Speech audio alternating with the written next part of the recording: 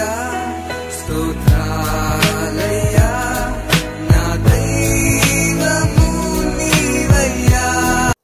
శుభోదయం.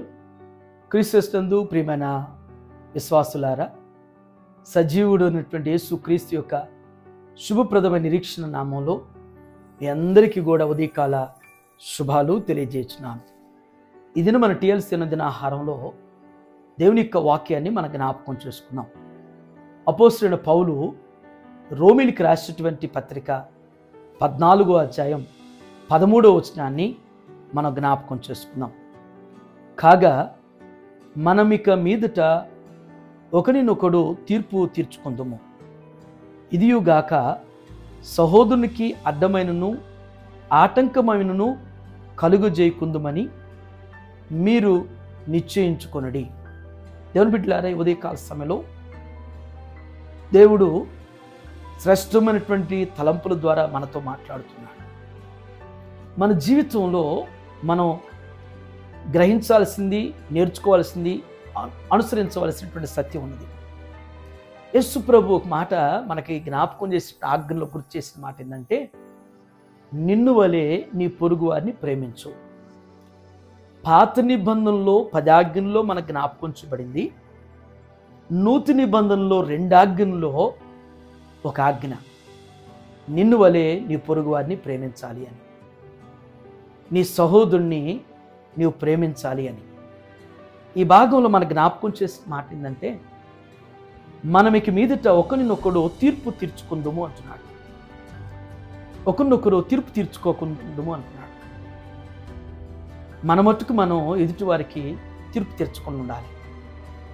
వారు అలాంటి వారు, ఇలాంటి వారు, వారు అలా ఉన్నారు, ఇలా ఉన్నారు, ఈ పని చేస్తున్నారు, ఆ పని చేస్తున్నారు, వారి మనసు అలాంటిది, వారి బుద్ధి అలాంటిది, వారు అలాంటి వారు అని చెప్పేసి జడ్జి చేస్తూ ఉంటారు. దేవుడు పౌలు ద్వారా మన జ్ఞాపకం చేస్తుందంటే అది మానుకోమంటున్నాడు. దేవుడికి వదిలేయండి. వారు ఎలాంటి వారో, వారి వ్యక్తిత్వం ఏంటో, వారి స్వభావం ఏంటో, వారి గుణం ఏంటో దేవుడు చూసుకుంటాడు.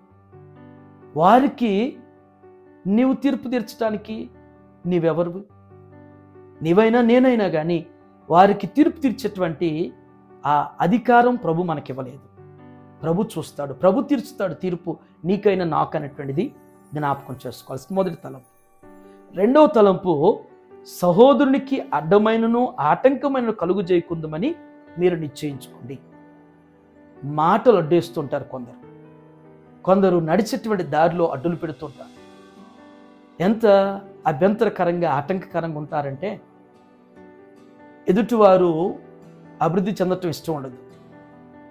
వారి స్నేహితులు కావచ్చు, బంధువులు కావచ్చు, అయిన వారు కావచ్చు, వారి దారిలో ఏ విధంగా ఆటంకపరచాలని, వారు ఎదగకుండా, వారు ముందుకు సాగకుండా, వారు అభివృద్ధి చెందకుండా వారిని ఏ విధంగా అడ్డుకించాలి, ఏ విధంగా వారికి ఆటంకం కలిగించాలని చెప్పేసి నిరంతరం పనిచేస్తుంటారు. కొందరు ఇలాంటి మనస్తత్వం కలిగిన వారు ఉంటారు. పని సాగనీరు, ముందుకు వెళ్ళనీరు, వారి అభివృద్ధిని నోచుకోనీరు, వారికి మంచి జరగటం అనేటువంటిది అసలు ఇష్టం ఉండదు. దేవుడు ఈ ఉదయం మాట్లాడుతున్నాడు, నీవు ఎలాంటి పని చేయొద్దు అంటున్నాడు. వారికి ఆటంకం కానీ, అడ్డుగా కానీ నీవేది పెట్టకూడదు, ఏది చేయకూడదు, ఏది కూడా మాట్లాడకూడదు. వారికి ఏదైనా మేలు జరుగుతుందంటే జరగనీకుండటానికి కొందరు అడ్డుపుల్ల వేస్తుంటారు, ఆటంకం కలిగిస్తుంటారు, ఎవరెవరికో ఏదో చెప్పేసేసి అభ్యంతరం కలిగిస్తుంటారు. ఇది క్షేమం కాదు. ఒకవేళ నీవు అలా చేసే మనిషివైతే, నీకు కూడా అలా కలిగితే, నీకు అలాగా ఎవరైనా నీ పనిలో నీకు మంచి జరిగే వాటిలో, నీకు మేలు జరిగే వాటిలో, నీకు క్షేమం జరిగే విషయంలో, నీకు వ్యక్తిగతంగా కావచ్చు, నీ కుటుంబ పరంగా కావచ్చు, బిడ్డల పరంగా కావచ్చు, ఎవరైనా అలా చేస్తే నీకు ఆ విషయం తెలిసినప్పుడు నీకు ఎంత బాధ వేస్తుంది? మరి నువ్వు చేసినప్పుడు. అందుకని నువ్వు చేయకుండా ఉంటే ఇతరులు నీకు చేయకుండా ఉంటారు. వారి మేలు కోరు, వారి క్షేమం కోరు, వారి అభివృద్ధి కోరు, వారు బాగుండాలని కోరుకో, నీవు బాగుంటావు. దేవుడు దేవుడిని ఆశ్రయిస్తాడు, దేవుడు నిన్ను అభివృద్ధి పరుస్తాడు.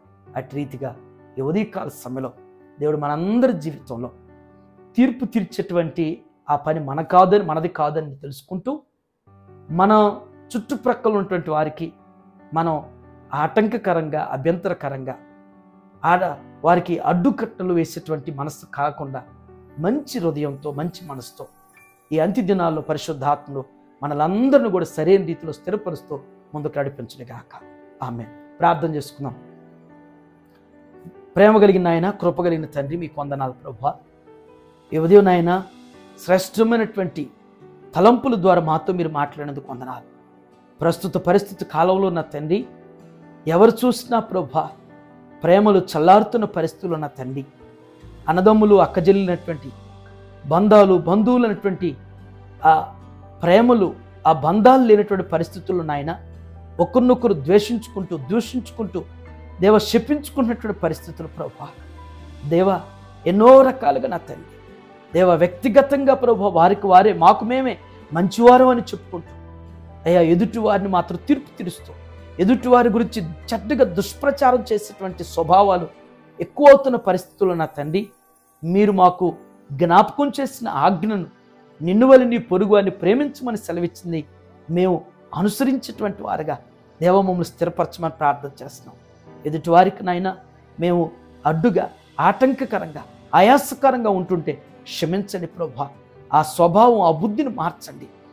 ఎదుటివారి పనుల్లో, ఎదుటివారి ప్రయాణాల్లో, ఎదుటివారికి నేను జరిగేటువంటి వాటిలో మేము ఆటంకపరిచేవారిగా, అభ్యంతరం కలిగించేవారిగా, అడ్డుగా ఉండేటువంటి అలాంటి స్థితి కాకుండా ప్రభువా మేము మేలుకరంగా, ఎదుటివారికి ఉపయోగకరంగా, ఎదుటివారికి సహాయకరంగా, ఎదుటివారికి నాయన మేము చేయగలిగింది చేసేవారికి, ఒకవేళ చేయకపోతే నాయన దేవా మేము ప్రక్కకు తొలగిన ఆయన వారిని వెళ్ళనిచ్చేటువంటి వారి ఉన్నట్టుకు సహాయం చేసి, అలాంటి స్వభావం నాయన మేము కలిగి జీవించటకు కృపద ఇచ్చారు.